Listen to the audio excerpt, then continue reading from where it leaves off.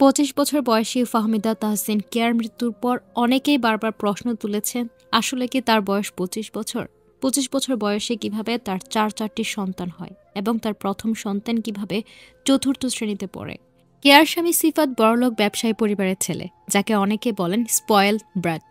একবার রাগ উঠলে নিয়ন্ত্রণ হারাতো, প্রোটেকশন ব্যবহার করতো না, বলতো তার অরিজিনাল ফিল চাই। ফলে কেয়া যখনই নিজেকে গুছিয়ে কিছু শুরু করতে চাইতো, পড়াশোনা বা ব্যবসা, অল্প কিছুদিনের মধ্যেই আবার কেয়া গর্ভবতী হতেন। মাত্র 25 বছর বয়সে কেয়া 4 সন্তানের মা হন এভাবে। কল্পনা করুন, জীবনের ঠিক শুরুতে একজন নারীকে কিভাবে গর্ভধারণ আর মাতৃত্বের অবিরাম চক্রে ফেলে দেওয়া হয়েছিল। ফাহমিদা তাহসিন কেয়া ভিকারুননিসা স্কুলের মূল প্রভাতী শাখায় পড়ত, গান গাইত, হ্যান্ডবল খেলত। স্কুলের টিমের হয়ে খেলেই মেডেল আনত। বন্ধুরা ভাবত এই মেয়েটা একদিন বড় কিছু করবে, কিন্তু জীবনের স্ক্রিপ্ট যেন কেয়ার হাতে লেখা ছিল না। অল্প বয়সে বিয়ে, এরপর সংসারের গণ্ডি হয়ে উঠল তার পুরো পৃথিবী। পড়াশোনা, স্বপ্ন, নিজের জন্য কিছু করা, সবই থেমে গেছে 4 দেওয়ালের ভেতরে। কারণ তার জীবনকে ঘিরে ছিল এক মাথা গরম স্বামী আর শ্বশুরবাড়ির নিয়ম। কেয়ার স্বামী সিফাত বড়লোক ব্যবসায়ী পরিবারের ছেলে, বদমেজাজি ছেলে। যখন রাগ উঠত, কেউ তাকে সামলাতে পারত না। কোনো জন্ম নিরোধক ব্যবস্থা নিত না, পরপর সন্তান নিত। এভাবে কেয়ার 4টি ফুটফুটে সন্তান জন্ম হয়।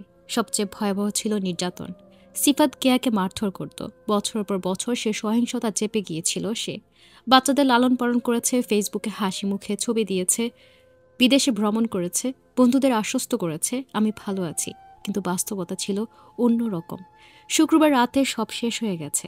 সিফাত মারতে মারতে গলা টিপে কেয়াকে হত্যা করেছে, এমনটা দাবি কেয়ার পরিবারের। এরপর সাজালো আত্মহত্যার নাটক।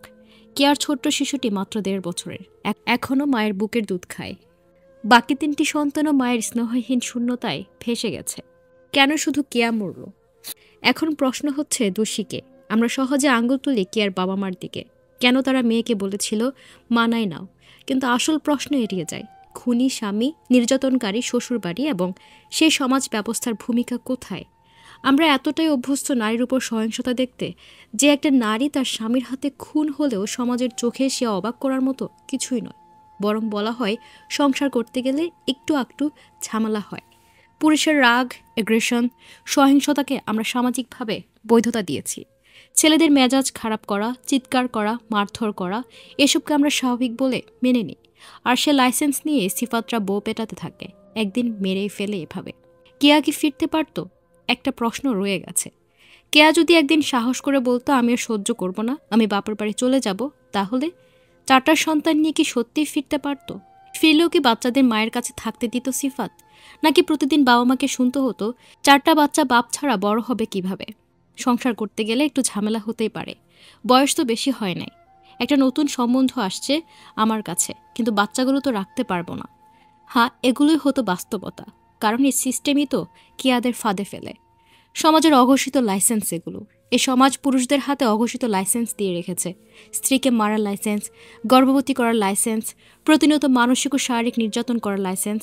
কারণ সবাই জানে একজন নারী 4টা সন্তান ফেলে কখনো চলে যাবে না।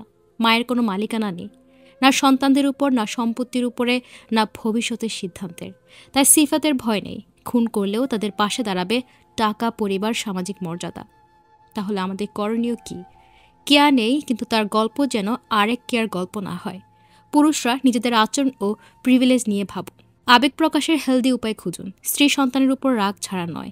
নারীর প্রতি সহিংসতাকে স্বাভাবিক বলা বন্ধ করুন। পরিবারগুলো মানাই নাও বলার বদলে নিরাপদ আশ্রয় দিন আপনার মেয়েকে। মাত্র 25 বছর বয়সে 4 সন্তানের মা হয়ে জীবনের ইতি টানা, এটা কোনো দুর্ঘটনা না, এটা সিস্টেমিক অত্যাচার। কেয়া ছিল একজন মেয়ে, একজন মা, একজন বন্ধু। তার জীবন থেমে গেছে, কিন্তু প্রশ্নটা রয়ে গেছে, আমরা আর কত কেয়াকে এভাবে হারাবো? আপনি আমার সাথে কতটা একমত কমেন্ট সেকশনে জানিয়ে দিন, এবং আপনার মনে কোনো কথা থাকলে সেটাও জানাতে ভুলবেন না। আরও আপডেট পেতে, এরকম আরও ভিডিও পেতে আমাদেরকে ফলো করতে ভুলবেন না। সেই সাথে আমাদের ইউটিউব চ্যানেলটি সাবস্ক্রাইব করুন।